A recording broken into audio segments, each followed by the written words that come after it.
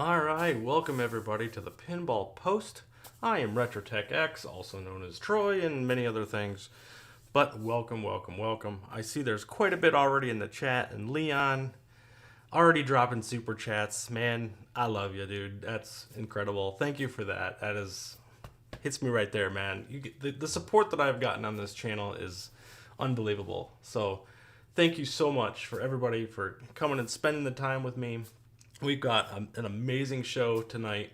There's a lot to talk about. So I try not to keep this more than an hour, but it might be an hour tonight. That's the one thing I can tell you. A lot to cover. How's it going, everybody? Scoaljo, Soggy Bacon. Come on, man. Soggy Bacon dropping super chats too. What is going on, guys? Mr. Legends Arcade, welcome to the stream. I don't know if I've seen you here before, but welcome. That's awesome. Human, Chalada Love, got Pinball Wizard. Everybody give me a warm welcome. Hit that thumbs up, man. I appreciate all you guys. Java UK, Billy Woods Mods, who's already runs a channel in my Discord. Thank you for that, man. Good evening, folks. Hope you're doing well. We talked about the Beamy. TG hosted the best interactive live pinball event ever, and we will definitely be talking about pinball battles, or flipper battles. My apologies. It's an amazing show. We're definitely going to talk about that. So, all right, let's get started. We got some real pinball news to talk about. I actually have a little story to tell, of all things, Troy's story time. So that'll be kind of interesting, and then we'll get into it. Into the At Games news, which there's enough of that too. We're even going to have a little fun segment too, where I'm going to teach you guys how to count. So, lots to cover tonight. All right, let's get into it. First, let's talk about Beetlejuice. Now, I know we talked about Beetlejuice before, but I want to show you this quick little thing that I did. I did a video last week. I don't know if anybody's seen it. Obviously, there was some comments on it. It was out in the ether for probably a day, I think, and then I took it off.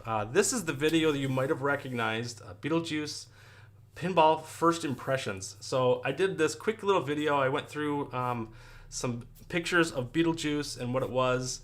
I was super excited to do it. And this is where the story comes in. So Beetlejuice, as you know, was just created by Spooky. Came out, they announced it last Friday officially. And this thing was all over the internet. And so I did this video and I showed these particular screenshots. So you'll notice this is the screenshot which has all the different toys and mechs all over the table here. What a cool game, right? This is the fun part. So hopefully this picture looks a little better than it was before. I had to recalibrate my monitors, but I'll get into that in a second. Here's the pinball table. You can see that amazing topper we talked about before. And again, I don't know if we talked about this a whole lot. We didn't have a full reveal last time we did the Pinball Post, so we were talking about it. So this video was live only for a day, and then I killed it. Here is the side art for this thing, and it is absolutely amazing. The artwork is done by Christopher Franchi. I believe I'm pronouncing that right. Correct me if I'm wrong. Did an amazing job on this table. The side with all the dead characters and Beetlejuice himself as Michael Keaton, the main character there. The toys and mechs are all on full force. And look at this playfield. It looks absolutely beautiful.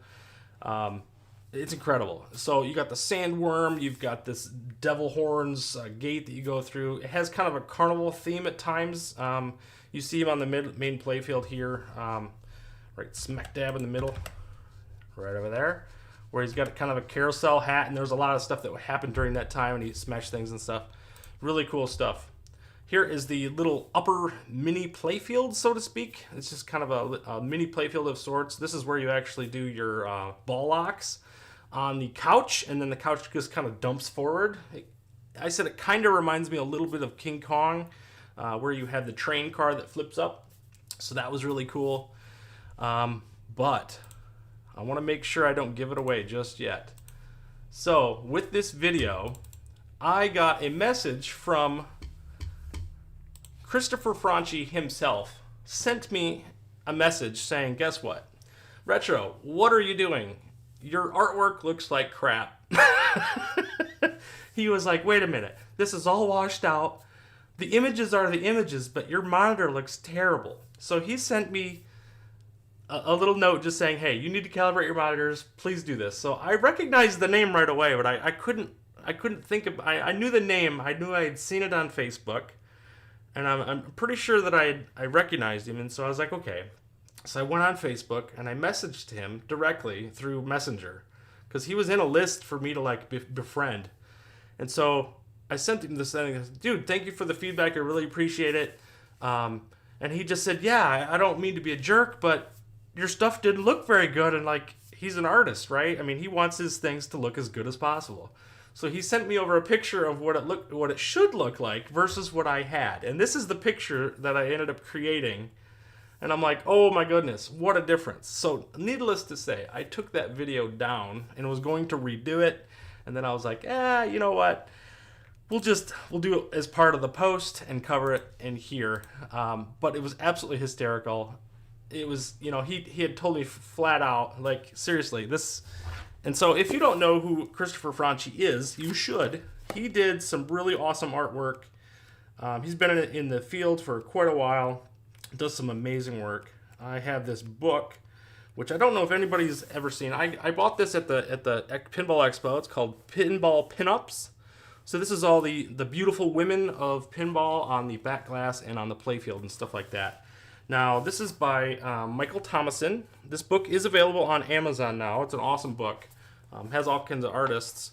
But it actually has Christopher Franchi in it. So this is the guy that I messaged that reached out to me and said, hey, your artwork is crap. What are you doing? So this is the guy. He did the artwork for Batman 66. He did it and he's worked for Jersey Jack, American Pinball, and Spooky Pinball currently.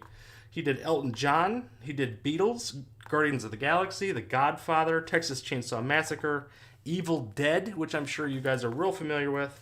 And he also did one of my personal favorites, Galactic Tank Force. So if you're familiar with any of that, that was the guy that messaged me. And I was kind of starstruck. I'm like, holy crap, man, this is cool. And I'm sorry, I did knock his game a little bit because of some of the art direction during that video. And he didn't even mention that. He just said he appreciated that the video was out. And he said, hey, fix your monitor so that it's calibrated correctly. And I was like, hey, congratulations on the launch of Beetlejuice. Did a fantastic job. Looks amazing. And so with all of that, it's exciting for me to say, and it's not for me personally to say, but look at this, man. Beetlejuice, brand new table, again, absolutely sold out. This thing sold out within 24 hours, just like the Winchester Mystery House from Barrels of Fun. So pinball as a ecosystem or as a hobby right now is booming. I don't know officially how many of these that are sold, or they sold this time, but the Winchester Mystery House is 525, I think it was, based on the number or based on the address of the home. And then Beetlejuice sold out completely as well. So, real pinball is absolutely booming right now. One thing I did talk about on the post last week is that they were going to do Evil Dead, or I'm sorry, not Evil Dead. The Walking Dead was going to do their reveal of the table at the exact same time as Spooky. It's kind of a cheeky move from Stern versus Spooky. Well, they didn't do that. It's kind of funny that they didn't, because Kerry Hardy, and I don't know if you guys are familiar with Kerry Hardy. He is an awesome YouTuber in the real pinball sense. Hey, Wingo, what's going on, man? Congrats to JPP. Yeah, Soggy Bacon in my Discord community just bought a Guns N' Roses Jersey Jack as well. So congratulations to him. Awesome, awesome machine. Got to be excited for anybody who is going and getting new pinball machines from the digital space and moving over to the real pinball space. That is awesome. We want to encourage that across the board. So if you're not familiar with Kerry Hardy, he has his own channel here. He's a wonderful player. He's very well connected with Stern and does a lot of really cool work. So definitely check him out. He's got plenty of subscribers, so I'm not worried about you subscribing to him. But it is what it is. So with that, he made some comments on The Walking Dead, which I thought was pretty funny. Check this out. So looking at The Walking Dead, and this is, I couldn't find the original post from Kerry Hardy. I think he did it in a video, and Kaneda's Pinball podcast actually pointed it out. Look at the copy paste on this table. You've got the same zombie at this location, like I need to circle him. You clearly got the circles right in front of you, but you can see he was copy pasted 3 different times pretty close together on this particular playfield. Pretty disappointing. Now granted, this one on the lower left actually would be covered up by the placard that kind of shows some of the rule sets and different things like that, so maybe that's not too big a deal for you guys. But it was something that was pointed out, and I thought, man, that kind of stinks. So it is what it is. So there was a lot of controversy in the world of real pinball because of, first of all, whether or not they were going to do it at the same time, and then of course Beetlejuice sold out and did its own thing. So that was really cool. And The Walking Dead has just been, between the color scheme and the copy paste, it has had a pretty tough launch, quite frankly. So between that and the other thing is the what was I gonna say about The Walking Dead? Darn. Anyway, I lost my train of thought. That's okay. Anyway, how many Beetlejuice machines did they make? I don't know. I need to look that up, Soggy Bacon. I meant to look that up and I did not. They will be selling 1,000 units plus have another 90 to 100 demo units, says Cohen. Awesome, man, and thank you. Welcome to the stream, buddy. I appreciate that. And Branham 25, welcome as well. Grab some great tables from the At Game sale. Thanks to your video. Dude, thank you so much.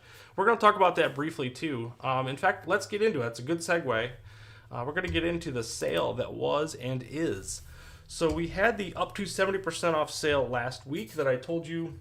I didn't know how long that was going to last or how good the sales were going to continue. I knew there was going to be some sales between now and the end of the year. So let's get into this right here. So we have the new sale from the 17th to the 23rd. So this started on Monday.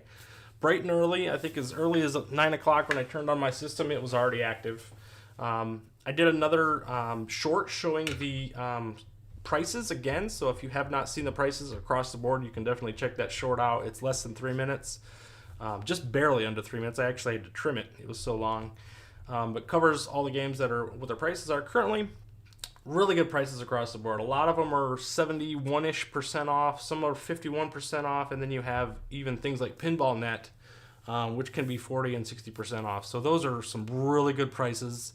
If you don't know what you want to buy, I did an RTX buyer's guide that we'll cover in a little bit, which covers all 252 games currently available on the 4KP, but it also applies to everything for the Micro, the HD, the new HDP, the Ninja Turtles version, the future Deluxe X. Also, if you have an Ultimate pinball machine or a Ultimate Mini that has a pinball playing ability, you could buy a lot of games for that as well. Those are available.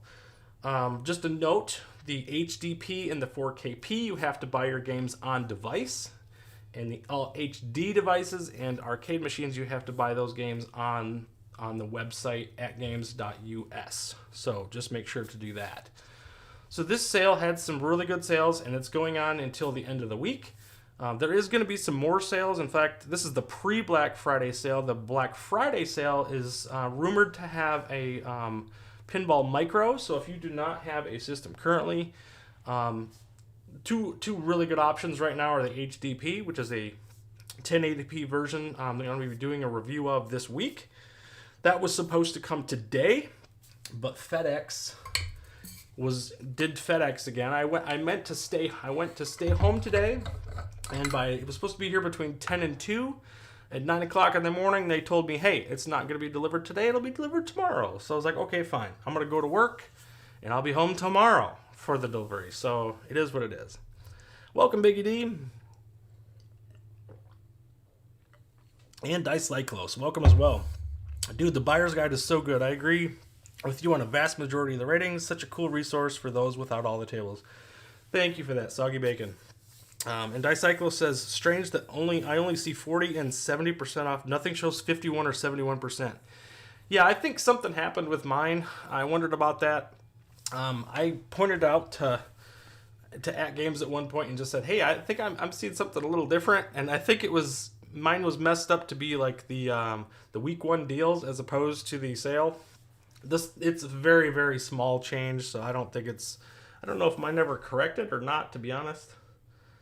We'll just take a gander real quick here.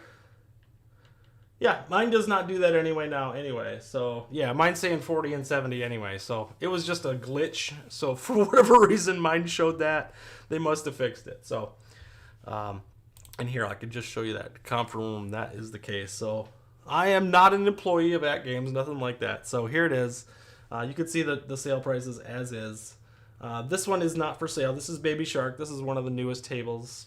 So that one's not on sale.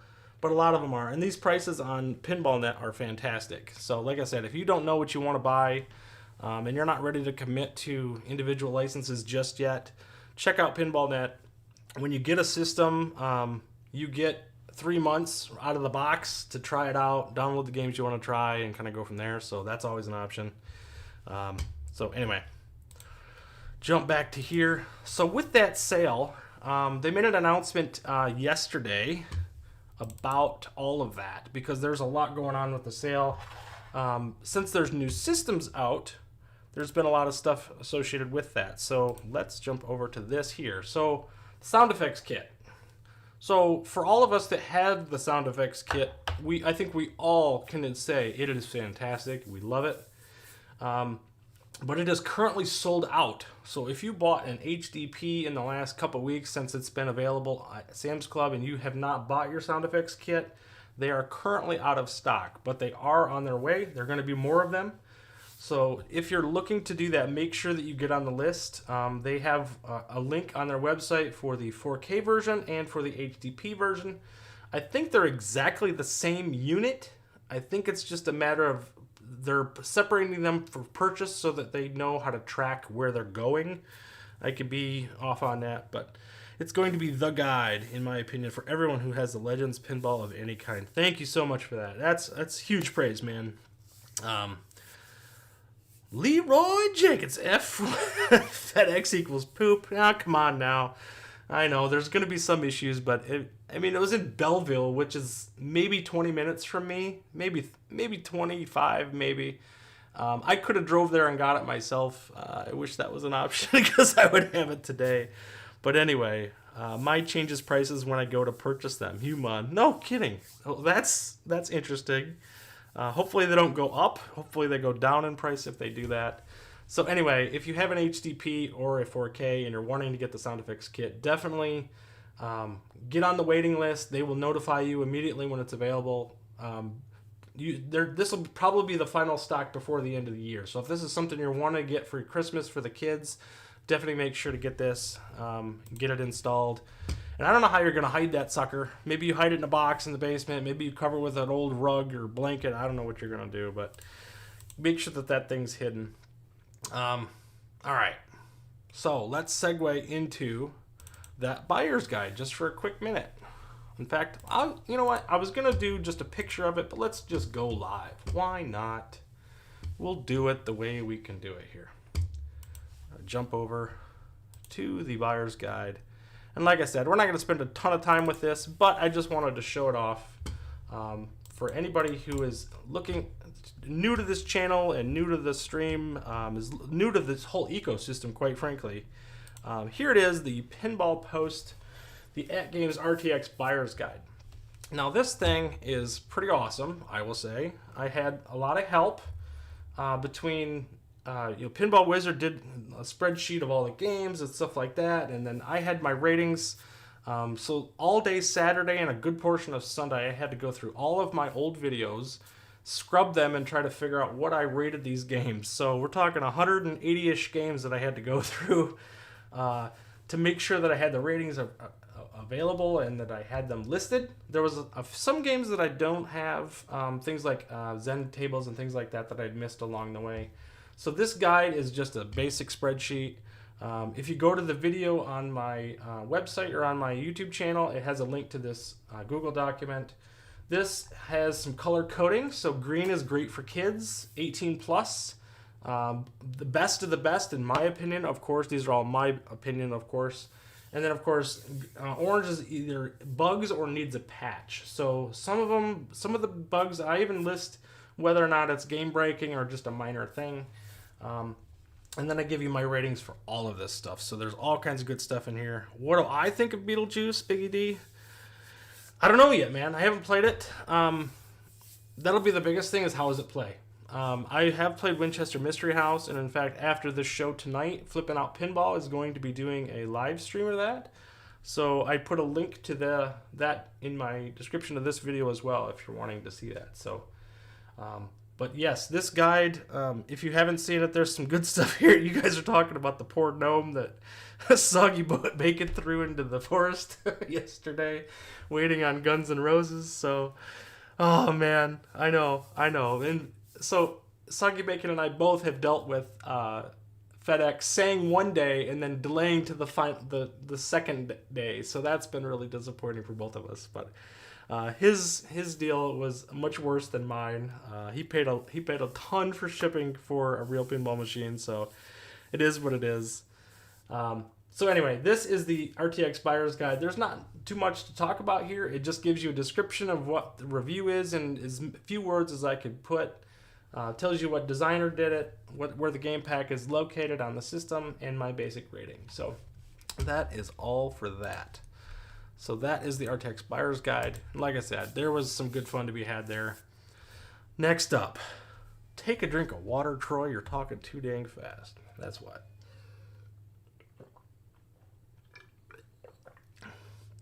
Can you believe this is episode 20? Holy cow. I feel like I just started this series. And I did, 3 or 4 of them kind of random. I wasn't doing them live, and then they weren't on any sequence. And then I started doing them in sequence, and I think I started at 8, maybe 6 or 7. And it was like, boom, we're going to do them every single week, and here we are at week 20. So kind of amazing. Anyway, next up, let's talk about Flipper Friends. Lots of stuff associated with that. So we have Flipper Friends that has the new unified format. So I think we're all kind of used to that now. We have 3 games instead of 5, which was a grind before, but now we have 3 games. This week we have Sea of Thieves, Fox and Sox, and Operation Wolf. Now if you looked at my RTX buyer's guide, you'll know that Sea of Thieves I think is an absolute 10. I love this game. It is difficult in all the right ways, has a very deep rule set, awesome game. Some complain it has bouncy physics, which in some way it does. But I absolutely love the game. The music, the gameplay, awesome table.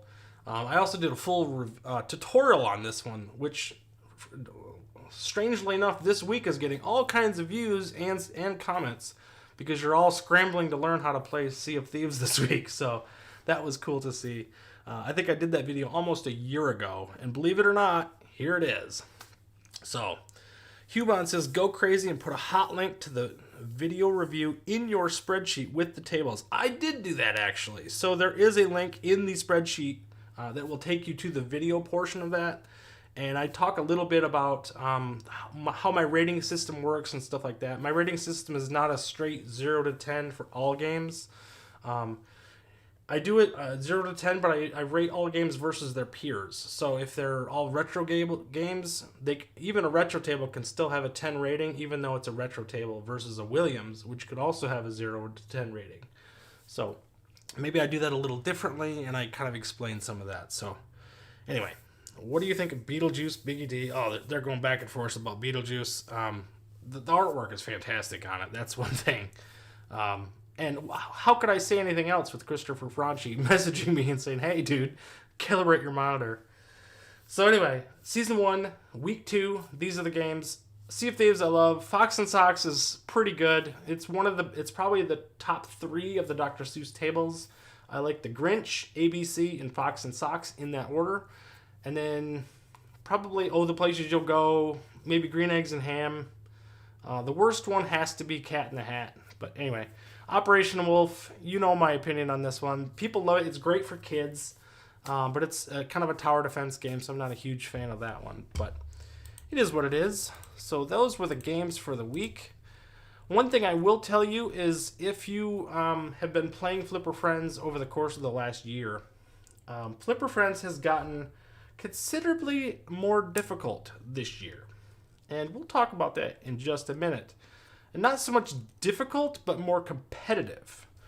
And so I think a lot of people in Discord seen it today, and there was a huge discussion, and I'm like, oh man, I better tune into this and figure out what's going on.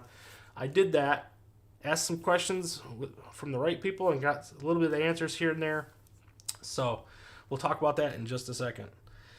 Soggy Beckett says, Sea of Thieves, extra ball and equipment reward all day. Beautiful table, but kind of boring. And rage-inducing. Well, try not to take it out on any more garden gnomes, Soggy Bacon. So try not to do that. Operation Wolf is a wonderful option for the blind. You guys. Operation Wolf is fine. You could spend 45 minutes playing that game, but it has its moments of, every time I think I like it, then two of the pinballs will come together and one will go flying off the table, and I have to reset a ball and try to figure out what happened. Rumors of any new tables coming out for the 4K. Aaron, the rumors are that we'll probably get one more pack of Zen tables. I'm hoping pack 7, that would be the next in order. Pack 8 is a possibility, but probably more likely for next year. I still think we're going to get 2 Magic Pixel tables, probably Tropical Deluxe, and I'm thinking probably Clown Deluxe would be next in line, but I don't like that game at all, so I'm hoping maybe Mexico Deluxe instead. Based on the old calendars, which are not current or real calendars anymore, it would have been Tropical Deluxe and Mexico Deluxe, so we'll see what they actually come out with. Like I said, I'm hoping that Pack 7 will be the game, or will be the next pack. We still haven't got Circus Voltaire or Safecracker. Those were 2 that were missing out of Pack 5, I believe it was. So we haven't heard anything about those, but that would be a single pack. So maybe those will come later. I think they had to figure out what they were going to do with the back glass, and they've kind of done that with Scared Stiff. I think we all just kind of accepted that and kind of moved on, so definitely something about that. Clown Deluxe, yeah, I know. I'm not a big fan of that one either. You probably played it on Steam. It is what it is. So, yeah, the poor zombie gnome, Billy Woods. Yeah, I mentioned that. That's so funny. I did an AI depiction of a zombie garden gnome coming out of the forest to seek revenge on Soggy Bacon. So if you remember my Discord, you'll get some of those jokes. And if you're not a member of my Discord, seriously, you need to get in there. It is a flourishing community. It has over 90 people now in my Discord, all talking about games and virtual pins, real pins, everything pinball. If it's pinball related, if it's VR, it doesn't matter. We cover everything. You'll notice the little picture here of the Daily Grind tournament. That is my daily tournament where we do a fun tournament where we just play games. All you have to do is post a picture of the number of a code just to make sure that you did it for that day, and you throw it in there, and we all talk about strategies, and you learn how to play tables. We had somebody get a number 1 on the back glass just the other day, Soggy Bacon. So, I mean, it is not all that uncharacteristic to have some of that stuff. So, this was the winners for the Flipper Friends for last week that concluded on the 11th. So I know this is kind of old at this point. But a lot of people in this community. Wingo, who we see in the chat, is here. He won a $15 gift card. You have Rigel, who sometimes in my chat, I have not seen him tonight. He won $10. So Scoaljo, 15. And Scoaljo, we're going to talk about you. Don't think you can get away. I have seen you in the chat. We're going to talk about you, and we're gonna support you a little bit tonight and get you supported today. So definitely check him out. He made $15 as well. So all of these folks, first of all, you'll notice a lot more winners. They said we were going to get more winners, and here they are. There's a ton of people here. You notice here they got the ranges 1 to 100, 100 to 500, and 500 plus. So that is basically where your final ranking is for the tables. Whether or not you played them all or not doesn't matter for Flipper Friends. It's just a matter of whether or not you registered or not. So if you played a table, you got thrown into the hopper. Obviously, more than 500 people played, and we had all kinds of people win awards. So that was really cool. Matt, great stuff, buddy. Matt, dude, you're awesome, dude. I met Matt at the arcade a couple weeks ago. I told you guys about this. He had a micro switch go out today, and he's locally to me here in, I guess, Livonia, Plymouth area, here in Metro Detroit. And he's like, dude, I got some micro switches. I'll bring you one over. Sadly, that has not been the case. It has not fixed it. So I don't know what happened with his system. Hopefully nothing major. Sounds like he might have lost the board or something. So hopefully that's not the case. But welcome, Matt. Good to have you here. Does playing all the tables increase your odds, or is it number one in entry no matter what? No. So if you play all the tables, you get ranked up. If you have to be in the top 50 for all 3 tables to get into the IFPA rankings. All you play 1 table and you get thrown into the hopper for a gift card. So whether or not you do that or not is awesome. Little Alien, awesome, man. Welcome. And thank you for the $5, dude. You guys, with the super chats, just it's not necessary, but I completely appreciate it. The support, like I said, for this channel has been absolutely incredible. So a lot of this times, you know, this money just gets invested back into this channel largely. One thing I did do, which I celebrated this week, pretty happy about this. I went ahead and made business cards for myself so that when I go to shows and stuff, I now have an official business card to show off the channel. It has the link to the YouTube channel and to the Discord, and it's got the soft touch, so they feel really good. So I'll be handing these out at arcades and trade shows and things like that to get digital pinball a little more recognition, if you will, a little more push. I think there's a lot of people out there like us who play digital pinball. We love it. We just don't have the money for a real pinball machine, or we're looking at V-pins, or we're just not there yet. So I think it happens a lot, and we're going to get there. So Hughes is actually, it's usually 1 entry for every table you must submit a score for. Okay. Thank you for that, Mr. Legends. Tomatograss Pinball, he sure did, Soggy Bacon. Stop nudging me. He got a billion with a capital B. Yes, let's talk about that. So another good segue. You guys are good at segues. I love this stuff. So let's start at the source. We're going to get to Scoaljo, but let's start out where this show originated. Tomatograss, I see you're in the chat. That is awesome. Welcome. Thank you for being here. Here we go, guys. So, Tomatograss, what a brilliant idea, dude. You have already been doing some amazing stuff. This guy's been doing Flipper Friends events for over a year. I think he got kind of burnt out on him, got sick of doing them, and kind of fell away for a little bit. But we did Battle of the Streamers, which is an awesome event where we had up to 8 players. Was it up to 8? I think we did 8 at one point. Where we did live streaming competition, which is huge to Tomatograss. As you know, if you ever look at the leaderboards, him and Mad Ben Han are number 1 and number 2. Doesn't matter the week. One of them usually is on top. Fantastic players. Well, this time he's outdid himself. Not only did he do the Wizard Room, which is where you have Scoaljo, Chelada Love, and Tomatograss playing on triple screens for greatness. And you see One Ball for Greatness all day long on their show. It's an awesome show. You definitely need to check it out. The one thing I want to point out, and we're not even talking about that show yet. The Wizard Room's fantastic in and of itself, but we're going to talk about Flipper Battles next. But this right here, folks, this is a problem. This right here. Tomatograss only has 272 subscribers. That is criminal. So if you are watching this show, you need to subscribe to Tomatograss. Get over there, subscribe to his channel, check his stuff out. The Wizard Room is an awesome show. It's on Monday nights generally. It's a couple hours long. You do a quick description of the tables and they get right into it. There's competition. It's an awesome event. I've competed in it. We've had a lot of different people compete in it. Okay, so that's the Wizard Room.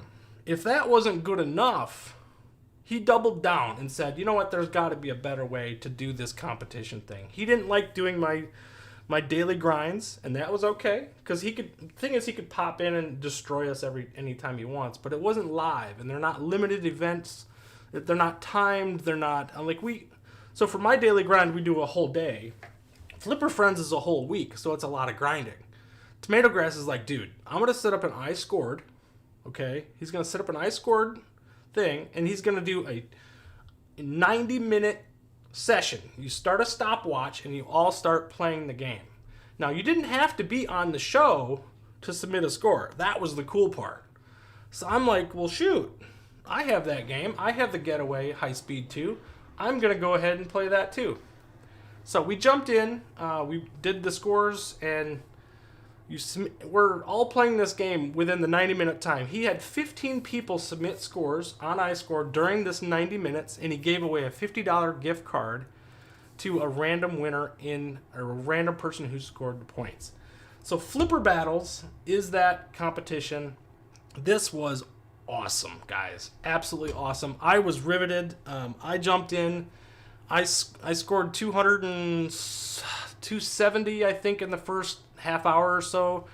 I streamed, even though it was just by myself. I only had like 3 people watching, and that was totally fine. I go over to his channel. This is more for my records than anything else. TG Productions are top-notch. Pinball Wizard, you are absolutely right, man. He also has amazing tutorials. You're right, Soggy Bacon. So they teach you what they're going to do with the table, and then they destroy the table within that 90-minute period. So the Wizard Room kind of teaches you how to play it. Flipper Battles is all about the competition. You're no time to talk. You start the timer, and you go. But what happened last night was nothing short of amazing.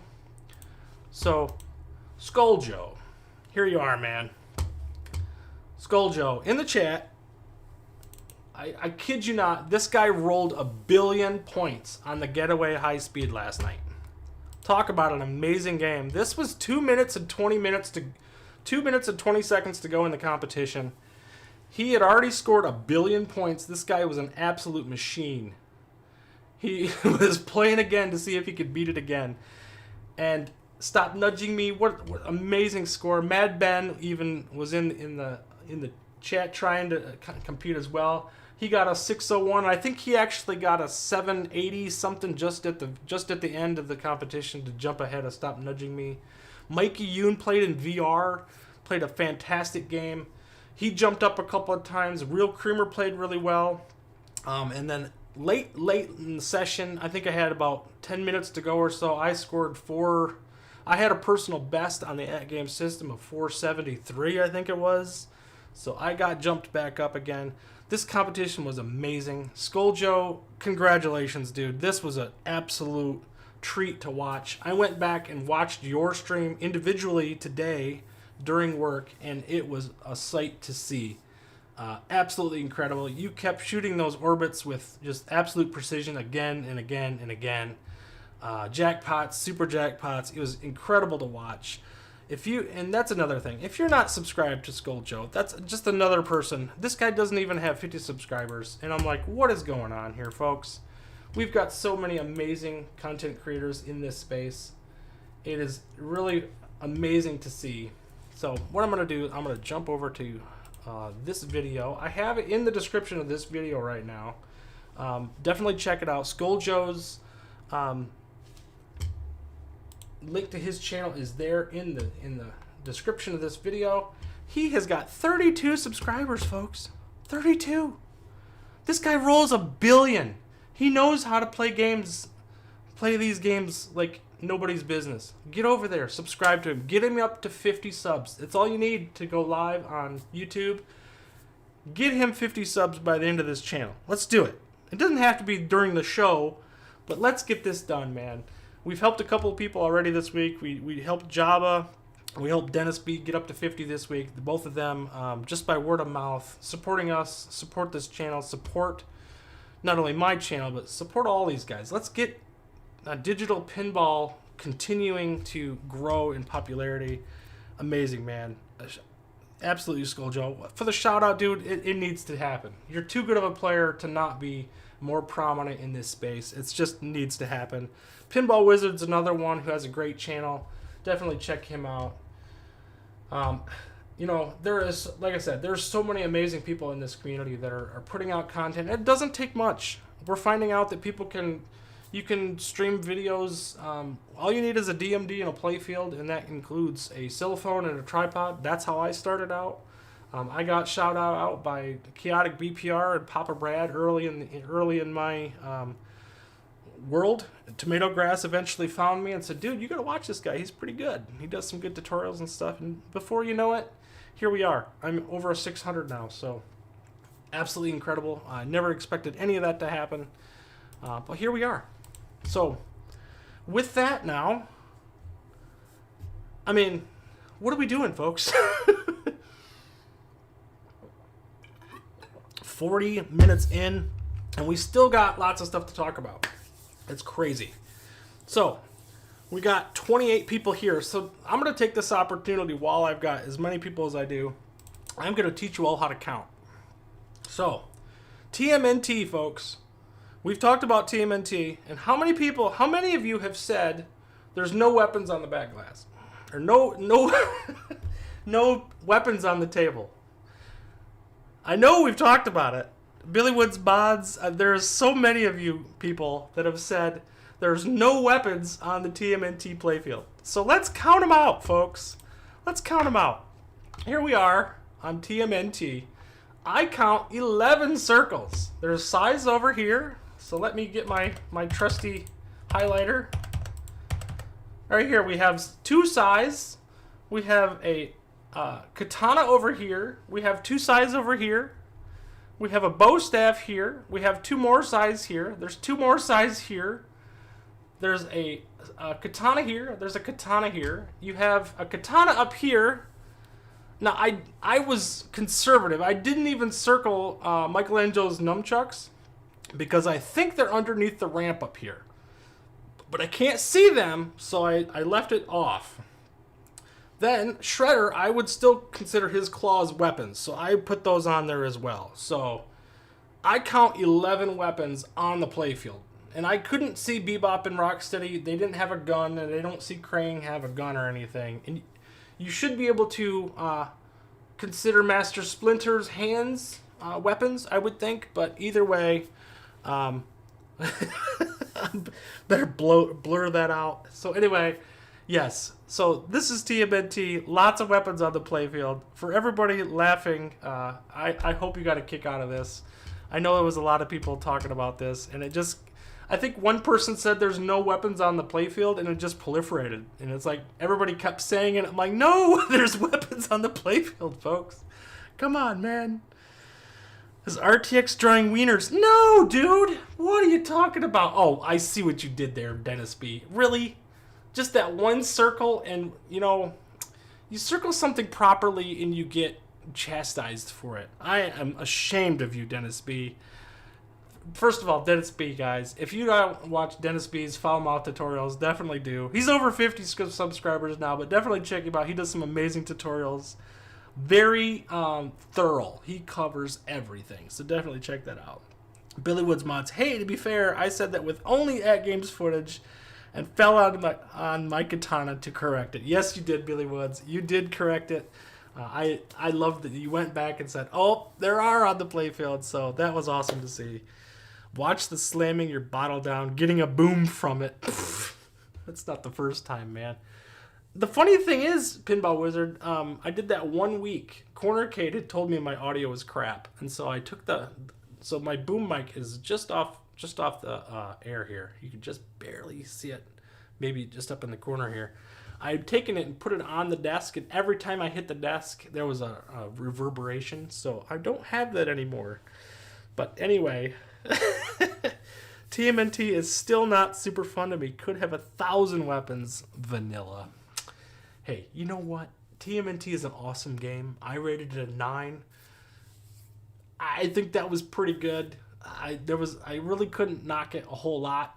I really love that game. So anyway, you guys can fight about it all you want. You can rate it yourself. Do your own.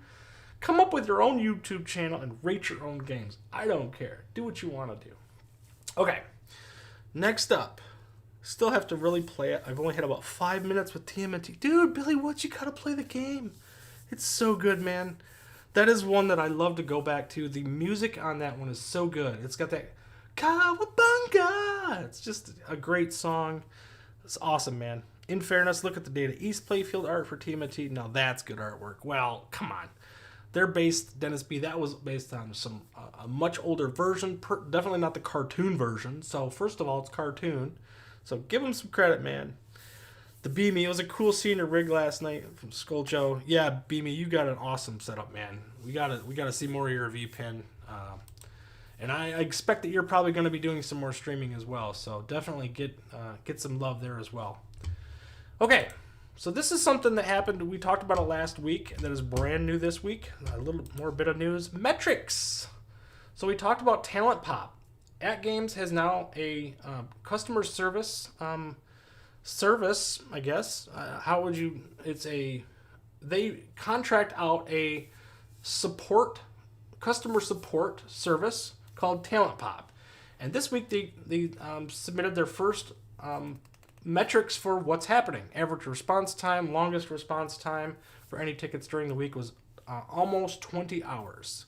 Is that acceptable? You tell me. This was their first week doing it. It's pretty. They're pretty new to it. It's between 10 a.m. and 5 p.m. Pacific time is the availability for this.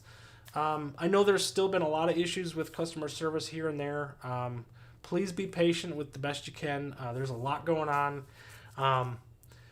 There's a lot of stuff with parts right now is kind of an issue for some people. These systems are getting a little older. I know we talked about it a few weeks. I'd like to see At Games get micro switches, maybe some extra flippers, control panels. For me, I know I've talked about my control panel has a hole in it. I would love to be able to just order a control panel with a D-pad in it with the exciters. If that's $50, if it's $70, whatever it is, I would love to be able to reorder one of those as opposed to coming up with a custom solution. So there's stuff like that needs to be talked about. Parts might be an issue. If it's software stuff, there's been some... with the firmware update, there was all kinds of issues with servers and how the games were purchased with the digital locker and all this stuff that got sorted out. A lot of that is fixed, but there's still some people that have had trouble purchasing games. I know, Human, you mentioned it in the chat. So there's still some stuff out there. I lit up a support yesterday. He sent me the Tampa text video for the steps that I've already taken, which chapped my cheeks. That's disappointing, Billy Woods. So we want to definitely make sure that that stuff is talked about and make sure that they continue to be transparent about it. I can't wait to see how the D-pad is on the HTP. You'll have to let us know, RTX from Scoaljo. Yes, that thing's going to come tomorrow. That is one of the hottest items that I'm excited about on the HTP is to have that center button on the D-pad. We showed it on the post a couple weeks ago. I'm super excited for that, especially for a game like Totan. When you're doing the wizard mode and you don't want to take your hands off the flippers to do the plunge or the start button, now you have that button right at your thumb to be able to hit and continue to plunge that ball. So that is going to be really awesome. I hope that is as good as I think it is. I hope. I will definitely report back on that. That is going to be a really good thing to talk about. There's a lot of stuff I want to cover with the HDP. The D-pad is one. I want to look at the exciters. I want to take apart the control panel, see where the exciters are mounted, if it's similar to the HD 4K, or if they mounted them differently. With all the rattling that I've had with the exciters on all of my systems, that's something that I'm concerned about. The back glass or the back panel of the system is quite a bit smaller. So anyway, I'm getting off on a tangent, but yes, there's lots of stuff to talk about the HDP. I'll have a ton of content about that when it comes tomorrow. And I'll be really quiet, Pinball Wizard. I'm going to put this down really quiet. There you go. Did you hear it? Did you hear it that time? I was really quiet. I was really quiet that time. Okay. Isn't the center button a replacement for the start button? It's a replacement, but it's also the start button. So there's still a start button on the front of the machine, but there's also the start button in the center of the D-pad. So it's both. I hope that it's built to last. Our start buttons surely aren't. Yes. So the micro switches, they are prone to failure. They do fail. I've had to replace one of my micro switches. We talked about Matt earlier, my buddy here in Plymouth, who had his go out. Doesn't sound like his was a micro switch. In fact, my micro, I think needs a micro switch. That's starting to get a little flaky. You hit it and it works about 50% of the time, maybe 60% of the time it works. So I got to fix that one probably.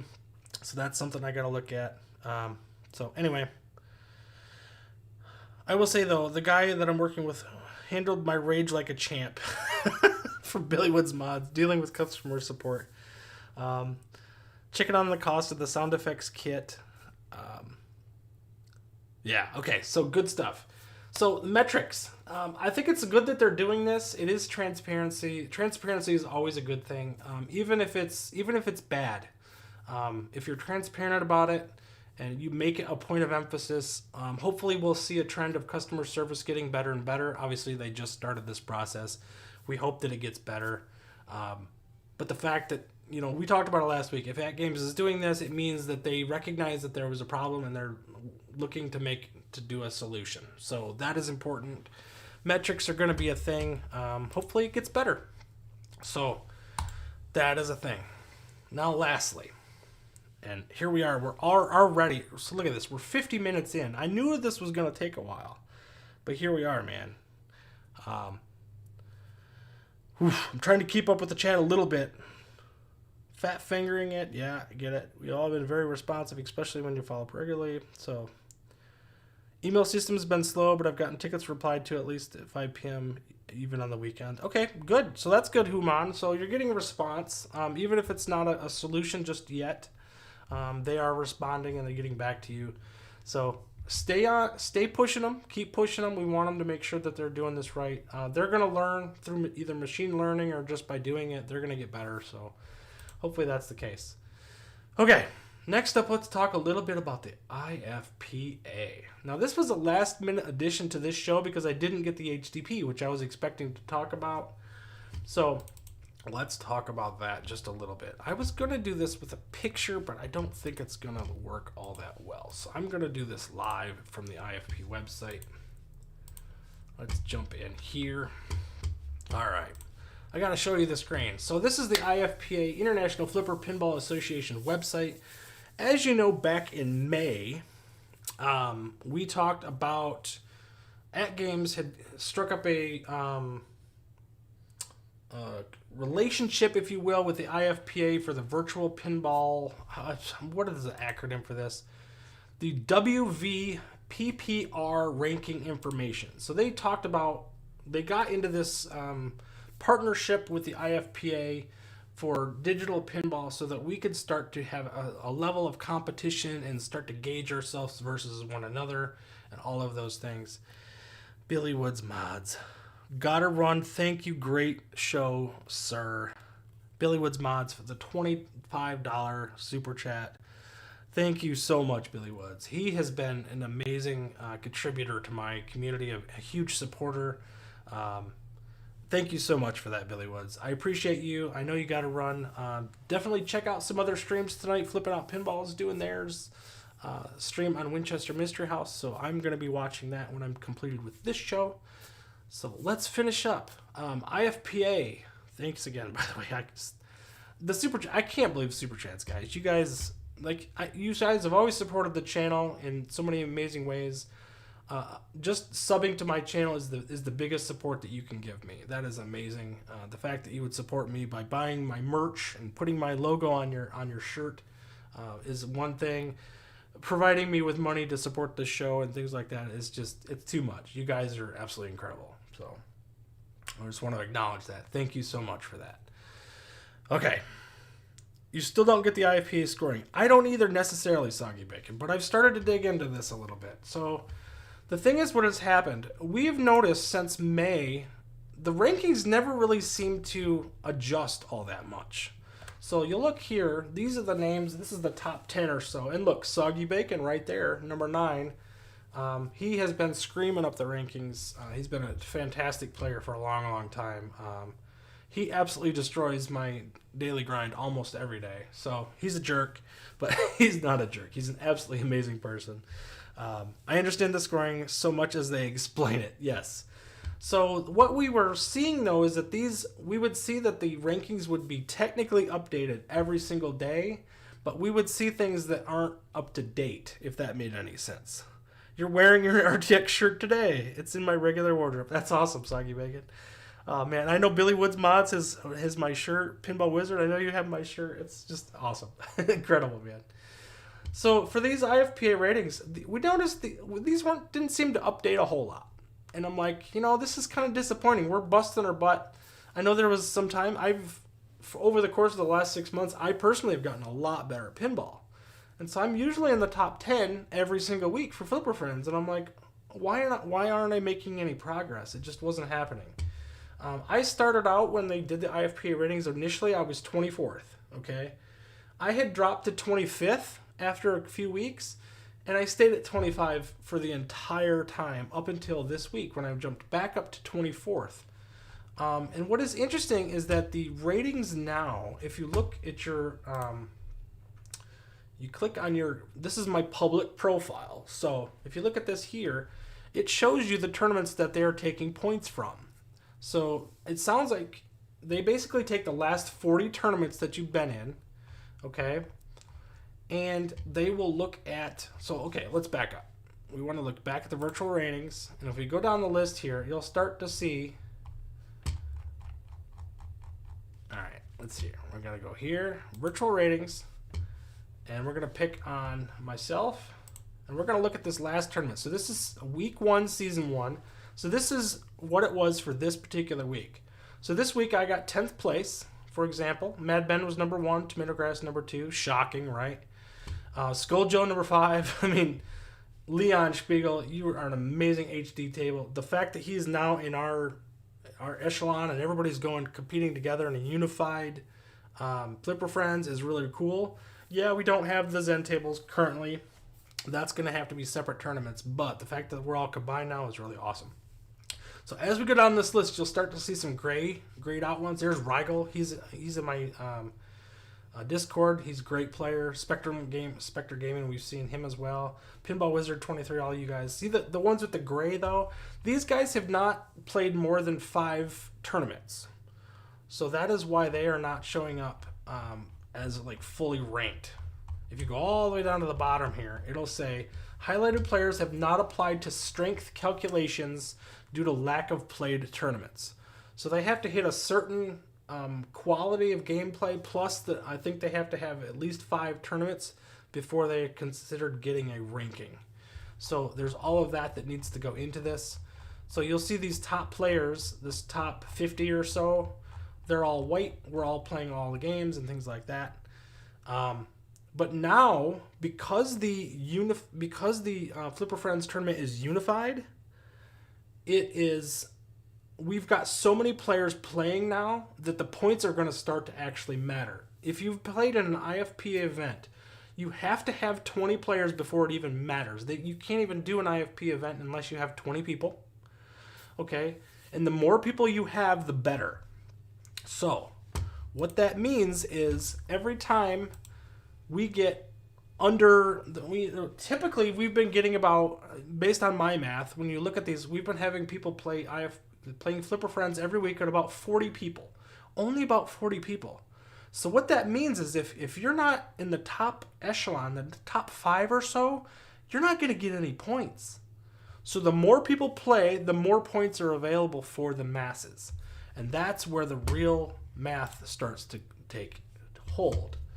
So what we have done, if you look at there's some people that have improved dramatically over the course of the last week. And why?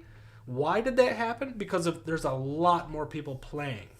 So as of last week, we had basically, we had about 40 people playing. This last week with the unified tournaments, there were over 320 players that registered for the IFPA that played all 3 tables and that were ranked. So that's why the points were so much more available across the board for this week's points. So a lot of us made big moves. So this week, Dennis B, who's in the chat, amazing player, Foul Mouth Tutorials, shameless plug, he went from rank 79 up to 52 because of his performance in week 1 of Flipper Friends IFPA ratings. So what that means is now you can't just play a game on a Saturday. Like I've been playing Flipper Friends on a Saturday. I'd play a half hour, maybe an hour, all 3 games, and call it a day. I probably wouldn't play again until maybe Wednesday or Thursday. I'd play casually. Luckily, I got 10th place last week. I think I was 8th when I quit on Wednesday-ish, and I held on to 10th place by the end of the week. But this week, a lot more people played. So Leon Spiegel, he improved 8 positions from 49th to 41st, an amazing jump. Wizard 626, just like, you remember 626, right? Lilo and Stitch, anybody? No? Okay. He improved 3 positions from 11th to 8th. You had Maximus Prime went up 2 positions from 29th to 27th. Necrop P57, he won a gift card a few weeks ago, as you recall. He went from 2 positions from 50th to 48th. So we've seen quite a few people. RJM 25 improved 2 positions. Robin Dobbs 64 improved 2 positions. We had a lot of people move up the ranks because this week the rankings matter, because we have a lot more people playing and those points are pulled down the list and more people get points. So it makes it much more fun and much more competitive. I noticed I played this week on Saturday Sea of Thieves, Operation Wolf, and Fox and Sox. But when I finished on Saturday, I was number 1, but I barely played. So guess what? Those scores didn't freaking matter. When I logged in today, I wasn't even ranked on anything. Not a single game. So the competition is much stiffer. Scared stiff. Stiffer like that? No, nobody. Okay. Anyway, so look at, guys, no squeaky chair. It kind of clunks, but there's not squeaks anymore. So anyway, Ray Dilatory, welcome to the stream, buddy. It's been a while, man. I know you always try to get in here and you're like here right at the last minute. That means that they didn't have those numbers to calibrate the strength of the tournament. Pinball Wizard, yes, that is absolutely right. Ray Dilatory, thanks for the $2, man. That's amazing. Thank you for all the work you do. I appreciate that, dude. That is incredible, man. Because it doesn't know them well enough comparatively to feel comfortable with using the data to determine the strength of the tournament. I jumped a lot in my first 4 to 5 months of Flipper Friends, like 100 or so, Soggy Bacon says, continuing to 20. After that, I kind of hung up at 10 to 15 range while improving from place to the top 5. Yeah. Still feel like there's needs to be a rankings reset at some point. Folks have been playing longer with an advantage. Yes, and I've mentioned that. I wish that they would reset the rankings back to May 15th or whenever they started this, because that's when they said they were going to start tracking.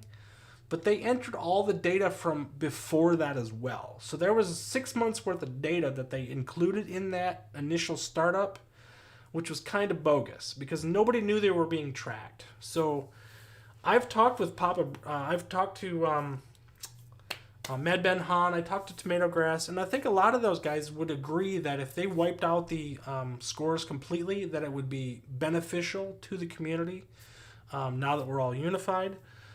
If you guys do not agree with that, put it in the chat that you do not agree with that and you think that's a terrible idea to delete anything. I know there's some concern probably on AtGames' side of whether or not they should delete any scores because they figure somebody's going to get upset. I think it'd be a beneficial thing just to start it all over, do it right, and then continue to, now that we've got the players and we've got everything's kind of settled, I think it'd be a much better, more unified front and probably better for the community too. Tomatograss is saying, though, I would definitely like to see some timed events. I would like them to maybe do, they could do this in a couple of different ways. If I was mentioning, I would like to see them do a Friday night rumble, if you will, okay? You start at 6 o'clock Eastern time and you go till midnight. You have maybe 4 to 6 hours. That's all you get. The winner takes all. That's it. So, and then you have your normal Flipper Friends event, which is the full week. Okay. And then you have we're probably going to have our Zen tournaments that are going to be their thing. So, what do you guys think? Would you like some timed events as opposed to, well, technically Flipper Friends is a timed event. It's a week long. I think that's too long. Maybe a day is too long. Would 4 hours work? Would 2 hours work? Let me know in the chat what you think, what would work for that type of scenario. I think if AtGames does watch these streams at all or watch my channel for all this stuff, they'd probably like to see some data from the community that suggests what they should do. I mean, if they're not watching, they're not knowing what they should do, and why would they change it if they don't know? So, If they picked better tables, there would be number one way to get me back in. Soggy Bacon, we always talk about that. Tables matter. Tables matter. I think they do need to have more remakes. I think they need to get rid of the buggy games. They got to get rid of Baby Shark. Baby Shark mode is unacceptable. That's got to go. Check and Pop we know is broken. That's got to go. Luckily, those are both in week 5. So week 5 is going to kind of be I won't even say it. It'll be a mess on week 5. So keep an eye out for that. If you need to base, switch to rate. They are statistical geniuses. Pinball Wizard says they should do one game take all. That would put a lot of pressure on people. Ray Delatories. Okay, that's an option. The base time will run out when those scores age out, which I believe is 2 years. Wow, okay. Yeah, and that's true too, Pinball Wizard. You're right about that. So it only takes your last 40 tournaments. So some of those are going to start to time out. You're right. They're going to start to fade off, and some of those points will initially drop off. So they need a baseline to rate players in order to calculate the point pool, says Mad Ben Han. It would be fine if they reset the scores, but tournaments are less points the older they are, and they drop off completely after 3 years. Okay, so what Scoaljo is saying is, hey, we just need to stay the course, and continue to do digital pinball for IFPA. Because it's so new, we're not getting true data, I guess is basically what you're saying. So, and please update those Gottlieb tables. Yes, yep. Regulatory, we did get them to drop the Gottlieb tables altogether off of Flipper Friends. I think that was a big win. As long as they're not in Flipper Friends, I think that's a good thing, because we can't trust the scoring on those. That's the biggest thing. Human says I went up 290 levels, but I'm new. 760 to 400. That's awesome, man. And that just means there's a lot of spaces to go up to, man. So keep up the good work, Human. We'll see you on the leaderboards, man. That is awesome. Keep flipping. That's all that matters. Points earned are weighed based on age. Last year's 100% of their value. 1 to 2 years is 75% of their original value. 2 to 3 is 50% of their value. Okay, so that's good to know. So I'm new to IFPA on the real pinball side, so this is all good information for me. That's all on the IFPA website. Well, Troy, read your stupid website is what I should be doing. I want it fixed now, says Dennis B. Daddy, I want a squirrel and I want it now. I wish they'd fix the ranking on the Gottlieb tables. Then they would be worth playing. You know, Ray, you're not wrong, dude. Those Gottlieb tables, there's some good tables there. There really is some good tables. I love Victory and Black Hole, and Teed Off is a great game. There's some really good ones there. I don't like Al's Garage Band, but whatever. Cue Ball Wizard is an awesome game. There's some really good games there. Rescue 911 is an awesome game.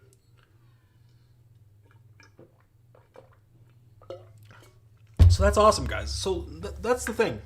Now that we have a conversation going about IFPA, hopefully at games will see this and be like, okay, well, if you look at the list of people in this chat, these are the top players. I think we've probably had at least 15, 20 of the top players in here in the last, in this community from day one.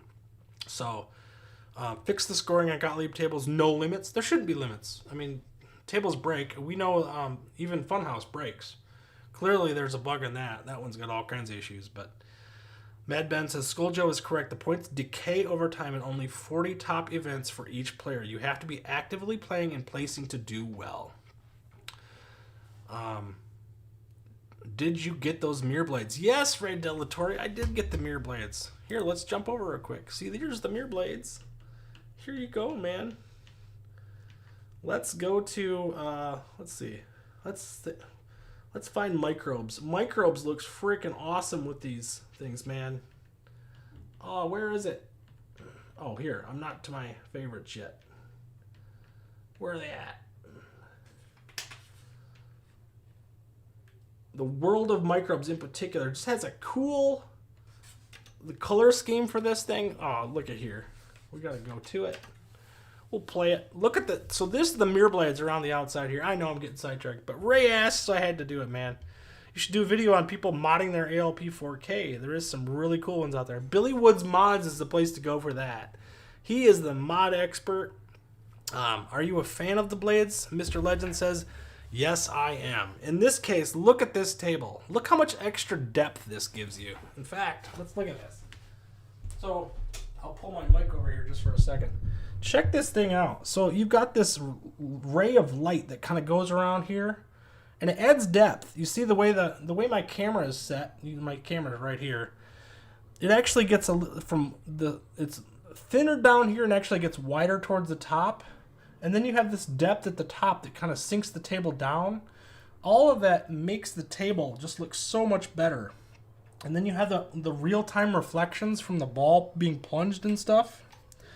So watch this ball. When it flies up here, you'll see it along the outer edge here. Doesn't that look awesome? I mean, the mirror blades really add so much feel to the table. It looks awesome. I gotta say, I've fallen in love with them because I didn't know if I wanted them at first, and the more I use them, the more I love them. So, yes, the mirror blades are worth it. I love them, quite frankly. It took me a while to get into them, quite frankly, but some of the tables just look absolutely incredible. The Getaway was another one that we played last night, and Scoaljo rolled 1 billion points on. Sea of Thieves is not my favorite table, but the blades look great on the table. Yes, I don't know what it is about the teal blues and stuff. Here, let me turn out that light just for a second. Look at the mirror blades on this thing, man. First of all, that's a beautiful table, is it not? Boom. I'm going to lose the ball, of course, but here, we'll do this so I can catch it. But yeah, that mirror blade is just, especially along the left side here, it just looks so good. So yes, I love the mirror blades. They are worth the money. I know they're a little pricey, but they are absolutely worth it. Definitely give Chris Chisholm a message on Facebook, or you can get him on his Etsy or eBay channels if you need international support for that. So they are absolutely awesome. Matt, I know the guy locally here, he has them. I have them. Charlotta Loves purchased them, I guess. He's trying to find a way to get them up there. Billy Woods had them on both of his systems. They're fantastic. They add such a premium look and feel to the system. I think they're absolutely worth it. So yes, Mr. Legends, if you're interested in them, I think they're absolutely worth it. Even when the system's off, it just adds that little bit of reflection, and it almost looks like a metal. It just looks really, really good. So absolutely, man. Chris is a good guy. Yep, Ray. I actually met him just briefly in Chicago during the Pinball Expo. Awesome guy. Billy, that would be perfect for an RTX tournament. 1 ball for greatness. I must have missed something there. You suggest a single ball challenge? We could always do a single ball challenge in the daily grind. We could do whatever you guys want to do. All we have to do is take a picture of the individual ball scoring instead of the main scoring. So if you guys want to do that, we can do it. So again, if you're not in my Discord, definitely check it out. I don't mean to have that locked out of. I don't want people to be locked out of the tournament. But most of what the daily grind is good for is the strategies and commentary around the tables. So the scoring is one thing, but it's all for fun. It is not for points. There's no IFPA ratings. There's no I scored. The only benefit you get doing the daily grind is you get to pick the table for the following day. So if you have a table you absolutely love and you want to play and you want people to appreciate the things that you love, all you have to do is get in there, win a day, and sometimes we can't have a repeat winner. So if the same guy wins 2 days in a row, he has to nominate somebody else that hasn't picked, or somebody to pick the table for the following day. So even if you submit a score and you only had 3 million points on a table and somebody else got a number 1 on the back glass, you still might get picked to pick the table the next day just because. So we're cool like that. Obviously, we've been doing this. I think we've played, almost 7 weeks now. So we've gone through a lot of tables. We haven't had any repeat tables. We've even offered to do a repeat table here or there, and people have chosen not to do it anyway. So daily grind equals Flipper Friends. Better than Flipper Friends, Soggy Bacon. Dude, I appreciate that, man. I know he's a big supporter of it. It has its place. I will say Flipper Battles that Tomatograss did last night was absolutely awesome. Now, that's not going to be an every week thing. It's too much to manage on a week-to-week basis. But his show for Flipper Battles was awesome. And the the Wizard Room is also another really good show he does. You can get involved in that, but you have to be able to stream for that one. So you have to either do it with the cell phone on Twitch, or you have a YouTube channel, have at least 50 subscribers. So we're around 80 days or so in. Pinball Wizard says it's crazy, man. I don't know that I've even kept up to date on that spreadsheet. I really should be. I try to do it. We've got our Hall of Champions. Let me pull this up real quick. I'll show you guys this. So this is pretty cool. This is our Hall of Champions for the daily grind. And I know we're off kilter here, but that's okay. What do you got better to do? You just want to talk pinball anyway. So here it is, the Hall of Champions. So this is all the tables that we've played. And we talk about, so look at this. It hasn't been updated in the last few days. So we had Tropical. What did we played? I can't even remember what we played today. I know I played it. What the heck is it? Shoot, I don't even remember now. I can't remember. We've played so many tables. It's just been absolutely amazing. So yeah, we've had #1 scores on the back glass, such as Tomatograss. He got a personal best on that. Fishtails, #1 all-time back glass score for Fishtails. I know Soggy Bacon did it he was on the back glass in Borderlands. He just did it again. I think he just did it again on something else. Polar Expedition was today. You're right. Absolutely. Totally forgot about that one. So, yes, the Hall of Champions, like I said, all these tables, we've gone through them. Yeah, we're up to 80 now, I think. I think you're right. So, we've covered a ton of tables. It's a lot of fun. Like I said, and it's all for fun. It's really about the strategy and really more about the conversation around it more so than anything. But we've had a really good time. So, all right, let's recap. Make sure that I covered everything that I expected to cover. Here we are. We're an hour and almost 20 minutes. Can you believe that, guys? Unbelievable. Thank you so much for everybody that has come out. Update for that Tropical remake. #1 back glass for Soggy Bacon. Yep, that's right. He did it. That was Tropical remake. He put a #1 on the back glass for that. Absolutely destroyed that table. Don't look now, but somebody's on the back glass today. Is that so? Oh, man. For Polar Expedition? Rock on, man. Who do we got? So let's go. We'll look here right quick. Who we got on the back glass? Dennis B. I bet it's Dennis B. Now that he pointed it out. I need to get back to playing the daily grind. Must find more time to get on the Hall of Champions for Mad Ben Han. So let's see. Leaderboard. So who do we have? Dennis B, #7. Look at you, man. Is that your score? That is awesome, dude. 591 million on Polar Expedition. This is a great table, by the way. If you've not played Polar Expedition, this is a fun table. It's a lot of fun. The music is fantastic. It can be pretty competitive. So yeah, love that table.